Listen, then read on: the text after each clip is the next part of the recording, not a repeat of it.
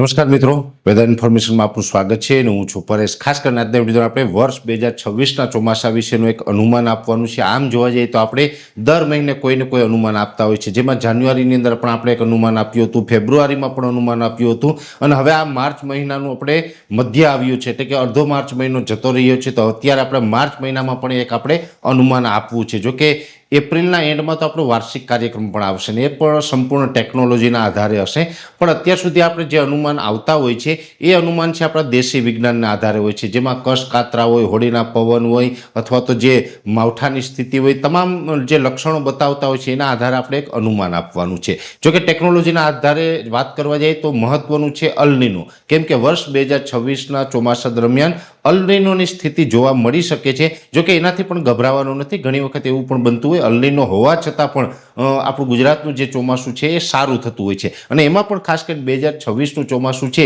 તે નબળું થાય તેવા અત્યાર સુધીમાં કોઈ મોટા સંકેતો નથી મળ્યા, એટલે અત્યારે આપણે કોઈ ડરવાની કે ગભરાવાની જરૂર નથી। અલ નીનો વિશે પણ આગળ ઉપર આપણે વાત કરશું અને એપ્રિલના એન્ડમાં અથવા તો મે મહિનાની અંદર જે આપણો વાર્ષિક કાર્યક્રમ આવશે એની અંદર સ્પષ્ટ આપણે જણાઈ જશે। પણ જે દેશી વિજ્ઞાનના આધારે આપણે જે વાત કરતા હોય છે એની અંદર જોવા જઈએ તો અત્યાર સુધીમાં 3 પરિસ્થિતિ એવી જોવા મળી છે જે આવનારું વર્ષ છે એટલે કે વર્ષ 2026નું ચોમાસું છે તે સારું થવાના સંકેત આપી રહ્યા છે, જેની અંદર ખાસ કરીને મહા મહિનાનું માવઠું એટલે મહા મહિનાની અંદર જે માવઠાના જે દિવસો હતા અને એની જે કન્ડિશન હતી એવું દર્શાવે કે આવનારું વર્ષ સારું થવાનું છે। હોળીનો પવન છે એણે પણ સારા ચોમાસાના સંકેતો આપ્યા છે, અને એ સાથે કશ કાતરા જોઈએ તો કશ કાતરાની દ્રષ્ટિએ વચ્ચે કદાચ 1 થી 2 ગેપ આવે, છેલ્લા વરસાદો છે મધ્યમ થાય અને એકંદરે ચોમાસું છે મધ્યમથી સારું રહે એવા સંકેતો આપ્યા છે, એટલે એક પ્રકારે નોર્મલ ચોમાસું રહી શકે છે। બહુ ઓછો વરસાદ પણ નહીં, બહુ વધારે વરસાદ પણ નહીં, 1-2 વરસાદની કદાચ ખેંચ પડે પણ એકંદરે ચોમાસું સારું રહે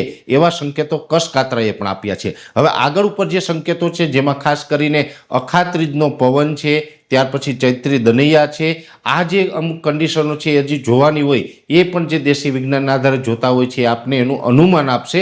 જોકે એ અનુમાન ત્યારે ખબર પડશે, પણ અત્યાર સુધીમાં જેટલા પણ દેશી વિજ્ઞાનના આધારે જે લક્ષણો હોય છે એ તમામ લક્ષણો છે સારા ચોમાસાના સંકેતો આપી રહ્યા છે, એટલે વર્ષ 2026નું ચોમાસું છે તે સારું રહેવાના છે એવા ચોક્કસથી સંકેતો મળી રહ્યા છે। અત્યારે પણ જોવા જઈએ તો આ ફાગણ મહિનાનો જે આપણે લગભગ કહી શકાય કે 70% દિવસો છે એ પૂરા થઈ ગયા છે, હવે 30% ફાગણ મહિનો બાકી છે। ચૈત્ર મહિનાની અંદર પણ જે ગરમી હોય, ચૈત્ર મહિનાની અંદર ચૈત્રી દનૈયા હોય એના પણ સારા સંકેતો મળે તેવી શક્યતા લાગી રહી છે। એનું કારણ છે કે જે ચૈત્ર મહિનામાં પણ અમે જે ટેકનોલોજીના મારફતે જોયું છે એ મુજબ જે ચૈત્રી દનૈયા હોય કે ચૈત્રી દનૈયામાં જે ગરમી પડવી જોઈએ, જે તાપમાન હોવું જોઈએ એ તાપમાન રહેવાના સંકેતો અત્યારે મળી રહ્યા છે, એટલે ચૈત્રી દનૈયા પણ સારા જશે એવું લાગી રહ્યું છે।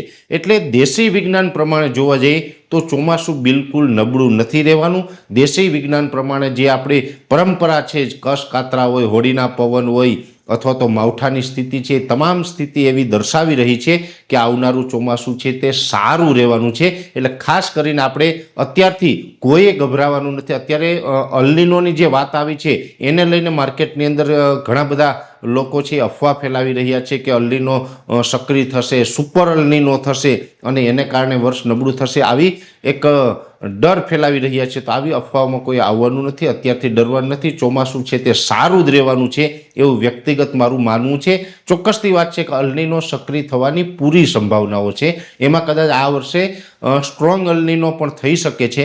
એનો મતલબ એવો નથી કે આપણું વર્ષ છે એ નબળું થવાનું છે, વર્ષ સારું થવાના બીજા અનેક સંકેતો મળ્યા છે। આગળ ઉપર પણ શું થશે આપણે જોયું જશે, પણ જે આપણે માર્ચ મહિનાનું જે અનુમાન આપ્યું છે, જાન્યુઆરીમાં પણ આપણે અનુમાન આપ્યું હતું કે ચોમાસું સારું થશે, ફેબ્રુઆરીમાં પણ આપણે સારા ચોમાસાના સંકેત આપ્યા હતા અને હવે માર્ચ મહિનામાં પણ આપણે સારા ચોમાસાના સંકેત મળી રહ્યા છે। એનો મતલબ હવે એવો થાય કે એપ્રિલ મહિનામાં જે આપણો વાર્ષિક કાર્યક્રમ ટેકનોલોજીના આધારે જાહેર કરશું એમાં પણ સારા ચોમાસાનો કાર્યક્રમ જાહેર થઈ શકે છે।